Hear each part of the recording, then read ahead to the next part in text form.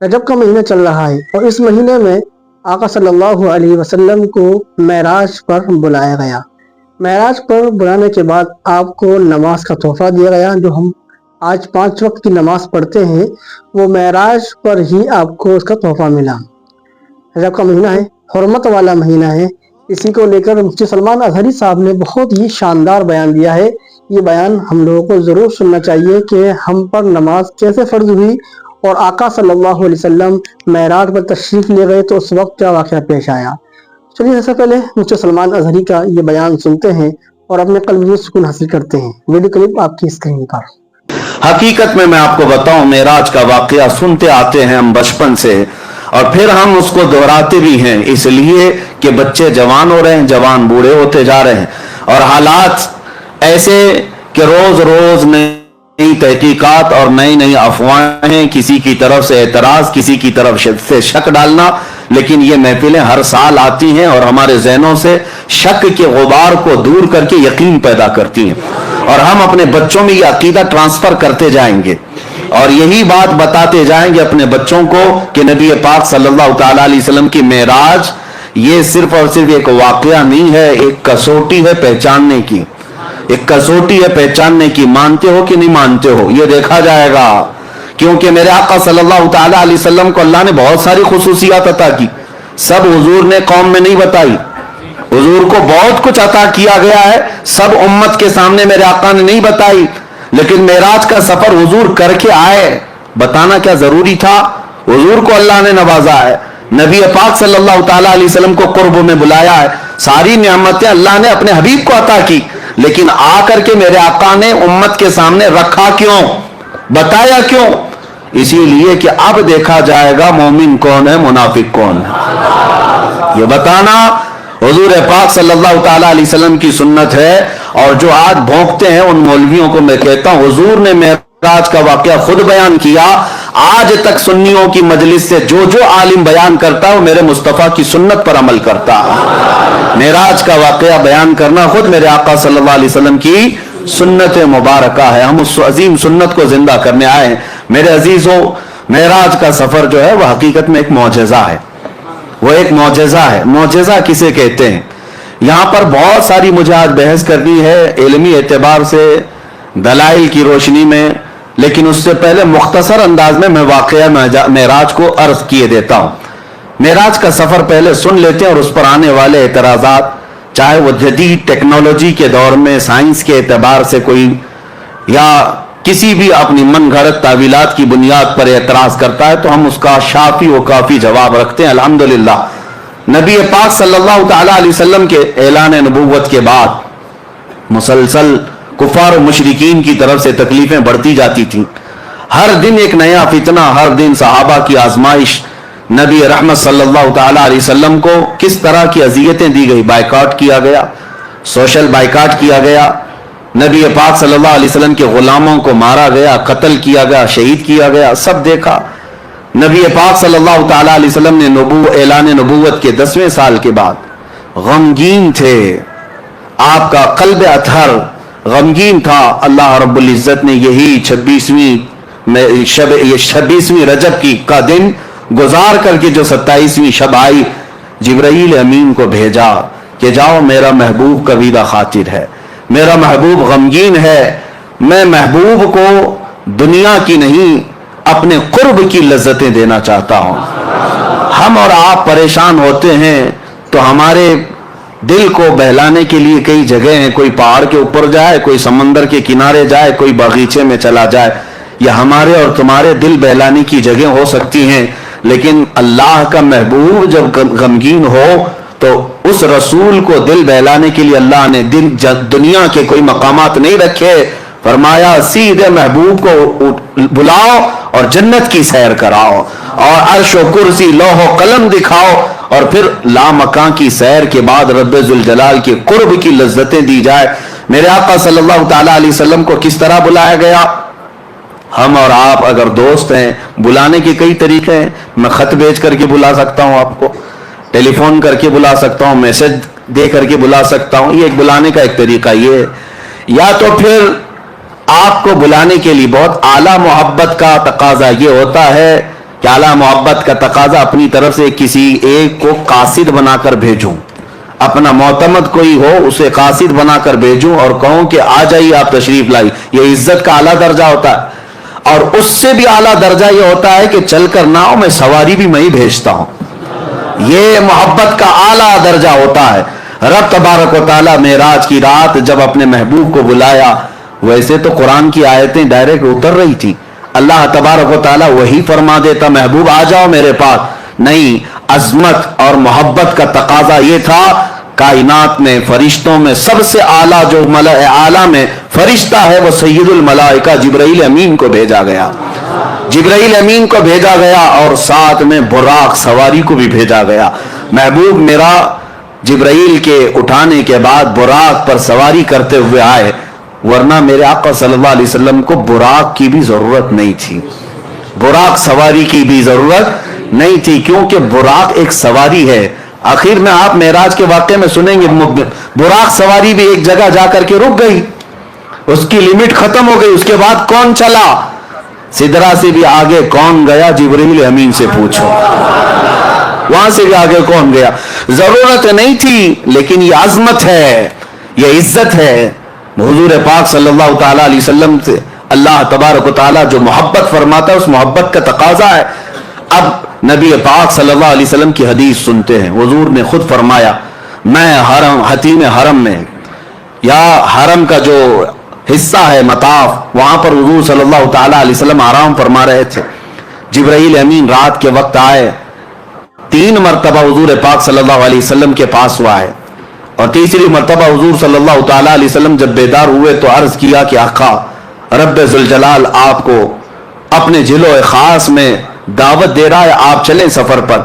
حضور کو اٹھایا اور اتنا ہی نہیں بلکہ چاہے زمزم کے پاس لے جا کر حضور پاک صلی اللہ علیہ وسلم کا سینہ اطہر چاک کیا گیا، آپ کا دل مبارک نکالا گیا، اور جنت کی ایک تشتری میں انوار و تجلیات سے بھرا ہوا پانی تھا. اس پانی سے رسول کریم صلی اللہ علیہ وسلم کے قلب اطہر کو دھویا گیا، پھر دوبارہ آپ کے سینہ مبارکہ میں رکھا گیا، اور اس کے بعد پھر جبرائیل امین نے عرض کیا براق سواری آپ کے لیے تیار ہے.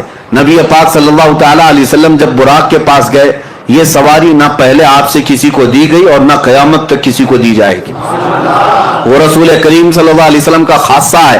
وہ براق کیسی سواری تھی خود حضور فرماتے ہیں، خچر سے تھوڑا سا چھوٹی اور گدھے سے تھوڑا سا بڑی، خچر اور گدھے کے درمیانی حصہ تھا. اور اس سواری پر جب حضور صلی اللہ علیہ وسلم تشریف لے جانے لگے، وہ شوق سے اچھل کود کرنے لگا.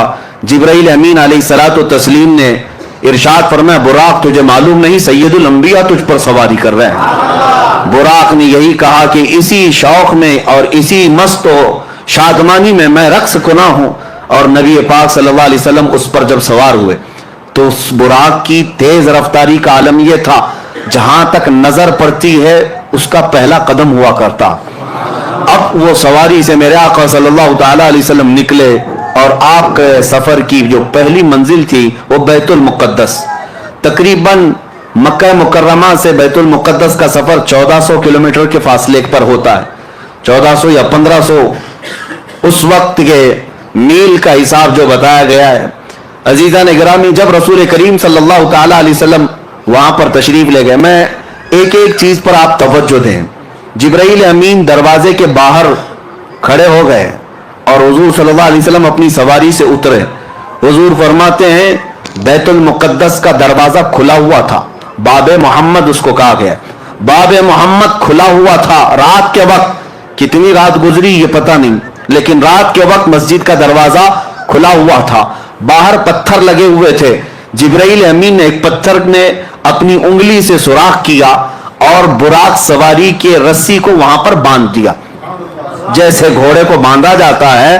وہاں آپ نے ایک سوراخ کیا اور اس سوراخ میں براق کے گلے سے جو رسی تھی اس رسی کو لگا دیا. اب رسول کریم صلی اللہ تعالی علیہ وسلم بیت المقدس میں اندر تشریف لائے تو دیکھا آدم علیہ السلام سے لے کر عیسیٰ علیہ السلام تک جتنے نبی تھے سب بستہ وہاں پر کھڑے تھے، سب کے سب وہاں پر کھڑے ہوئے تھے. اعلیٰ حضرت امام اہل سنت فاضل بریلوی فرماتے ہیں نماز اقصا میں تھا یہی سر، آیا ہو مانے اول و آخر، کہ صف بستہ پیچھے ہیں حاضر جو سلطنت آگے کر گئے تھے. سارے بادشاہ اپنے زمانے کے وہ انبیاء اکرام علیہ السلام تھے, لیکن آج وہ مقتدی بن کر کھڑے ہوئے تھے. سب سے آگے میرے آقا صلی اللہ تعالی علیہ وسلم مصلی امامت پر گئے اور ان تمام نبیوں کی میرے آقا نے امامت فرمائی.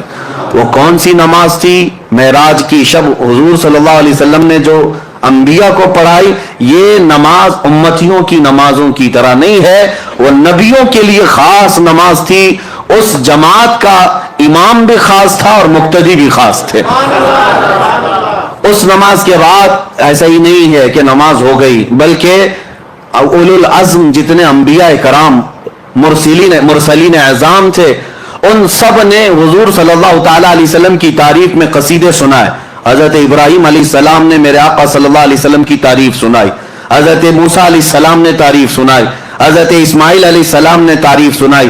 یعنی یہ بھی آپ دیکھیں, محفل مصطفیٰ جب لگی ہوتی ہے, پہلے جو ہم نعتیں پڑھتے ہیں یا سنتے ہیں, یہ انبیاء کی سنتیں ہیں, انبیاء کرام کی سنتیں ہیں. حضور صلی اللہ تعالی علیہ وسلم کے قصیدے سنائے.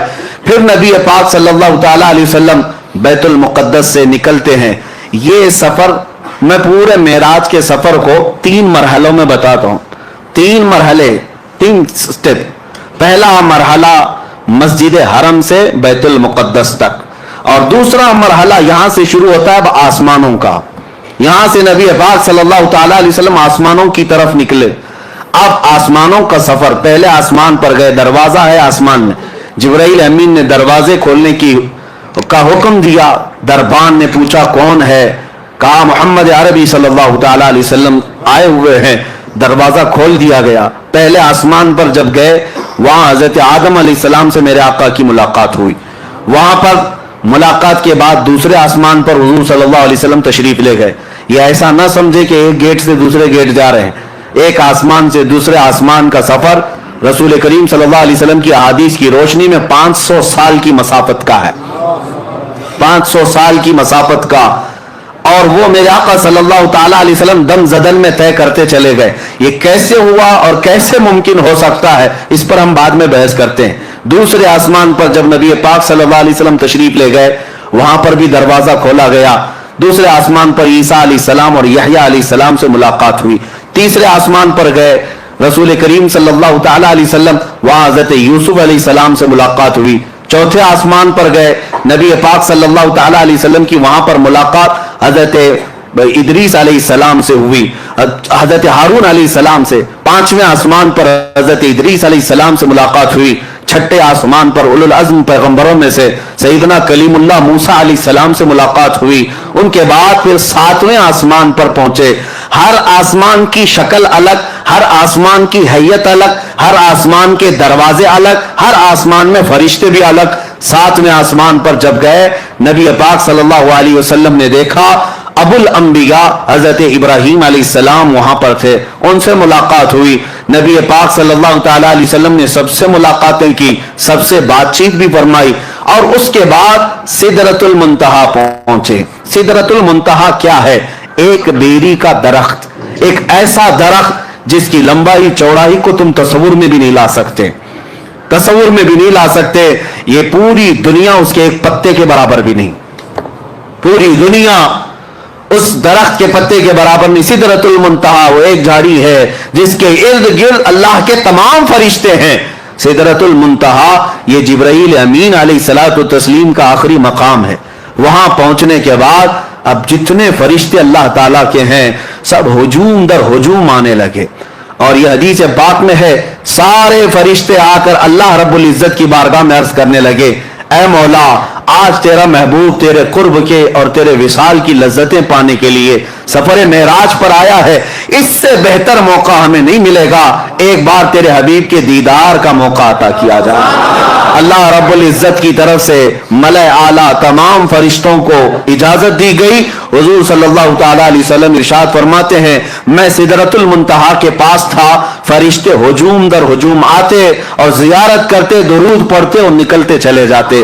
وہ کیسا سما تھا, وہ کیسا نور کا وہ ماحول تھا کہ اس لمحے, یہ کتنے لمحے گزرا, کتنا زمانہ گزرا, ہم میں سے کوئی ادراک نہیں کر سکتا, تصور نہیں کر سکتا.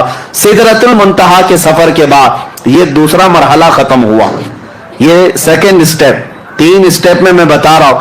تیسرا مرحلہ اب سدرۃ المنتہا کے بعد براق کو بھی چھوڑ دیا گیا، جبرائیل امین بھی وہاں رک گئے، اور حضور صلی اللہ علیہ وسلم نے ان سے کہا کہ چلو جبرائیل آگے، تو جبرائیل کہنے لگے لو دنوت انملتن، اگر میں ایک رائی کے دانے کے برابر بھی آگے بڑھ جاؤں تو اللہ کی تجلی سے میرے پر جل جائیں گے، اس سے زیادہ کی لمٹ نہیں ہے، اس سے آگے نہیں جا سکتا، آپ تشریف لے جائیں، آپ کا رب آپ کا حامی و ناصر ہے۔ نبی پاک صلی اللہ علیہ وسلم اس کے آگے کا جو سفر فرماتے ہیں، پھر بھی ابھی ایک سواری لائی گئی جس کو رف رف کہا گیا۔ رف رف یہ براق سے بھی کئی ہزار درجے تیز رفتار، براق سے کئی ہزار درجے تیز رفتار۔ اس میں جب نبی پاک صلی اللہ تعالی علیہ وسلم سوار ہوئے تو جہاں تک جبرائیل کی نظریں جاتی تھی وہاں تک رف رف گیا، پھر حضور صلی اللہ تعالی علیہ وسلم کو رف رف سے بھی اترنے کا حکم ہوا۔ رف رف سے جب آپ صلی اللہ علیہ وسلم اتر آئے تو اس سواری کو بھی چھوڑ دیا گیا۔ اب حکم ہوا کہ اب محبوب اکیلے جائیں، اس سے آگے اب کسی کا سفر نہیں ہے، اب آپ اکیلے جائیں۔ اب جس جگہ میرے آقا صلی اللہ علیہ وسلم گئے اس کو کہتے ہیں لا مکان، اس کو کیا کہتے ہیں؟ لا مکان۔ لا مکان کا مطلب ہوتا ہے مکان ہے ہی نہیں، جگہ ہے ہی نہیں، کیا بولو گے اس کو؟ اس کا نام کیا ہے؟ اس کا نام کیا؟ اچھا، اور دوسری بات، وہ کہاں ہے، کیسا ہے، کدھر ہے، یہ بھی نہیں پتا۔ ہم یہاں ہیں تو ہمارے جہتیں ہیں، 6 جہت مشہور ہے۔ جہت کس کو کہتے ہیں؟ ڈائریکشنز کو، ایک سامنے، ایک پیچھے، ایک دائیں، ایک بائیں، ایک اوپر، ایک نیچے، اس کو جہت کہتے ہیں۔ سامنے ہونا، پیچھے ہونا، دائیں ہونا، بائیں ہونا، اوپر ہونا، نیچے ہونا، یہ جہت ہے، یہ سمت ہے۔ نبی پاک صلی اللہ تعالی علیہ وسلم جہاں تشریف لے گئے وہاں کوئی جہت ہی نہیں، کوئی جہت نہیں، وہاں سامنے بھی نہیں کہہ سکتے، پیچھے بھی نہیں کہہ سکتے، دائیں بھی نہیں، بائیں بھی نہیں، اوپر بھی نہیں، نیچے بھی نہیں۔ یہ صرف مکان میں ہوتا ہے، لا مکان میں نہیں ہوتا۔ لا مکان میں جہتیں نہیں ہوتی۔ اسی کو اعلیٰ حضرت فرماتے ہیں خرد سے کہہ دو کہ سر جھکا لے۔ خرد کہتے ہیں عقل کو، عقل کے گھوڑے دوڑانے والوں، خرد سے کہہ دو کہ سر جھکا لے، یہاں جہت کو پڑے ہیں لالے، یعنی جہت جو ہے سمت ان کو خود ہی نہیں معلوم۔ اعلیٰ حضرت فرماتے ہیں یہاں جہت کو پڑے ہیں لالے، کسے بتائیں کدھر گئے تھے؟ نبی پاک صلی اللہ تعالی علیہ وسلم کدھر گئے تھے؟ کون بتائے؟ ادھر گئے تھے کہ ادھر گئے تھے، ادھر گئے تھے کہ ادھر گئے تھے؟ اعلیٰ حضرت فرماتے ہیں ادھر ادھر بھی مکان میں ہے، لا مکان میں ہے ہی نہیں۔ لا مکان میں ادھر ادھر بھی نہیں، یہاں وہاں بھی نہیں، بلکہ وہ لا مکان ہے۔ اب رسول پاک صلی اللہ علیہ وسلم کا وہ نوری سفر یہ تیسرے مرحلے کا ہے۔ اب میں آپ کو بتاؤں 3 سفروں کے لیے 3 الگ الگ شان میرے مصطفیٰ کو دی گئی ہے، الگ الگ شان۔ ظاہر سی بات ہے میں آپ کو بتاؤں ہر سفر کے کپڑے الگ ہوتے ہیں، ہر سفر کے کپڑے الگ ہوتے ہیں۔ کشمیر جاؤ تو ٹھنڈی کا لباس لے کے جاؤ، ہاں اکثر ٹھنڈیوں کے موسم میں یوں ہی نہیں جاتے، کسی گرم جگہ پر جا رہے ہوں تو وہاں کے کپڑے الگ ہوتے ہیں، ہر جگہ کے کپڑے الگ ہوتے ہیں۔ جہاں کا سفر کرنا ہے ویسا لباس ویسا کھانا۔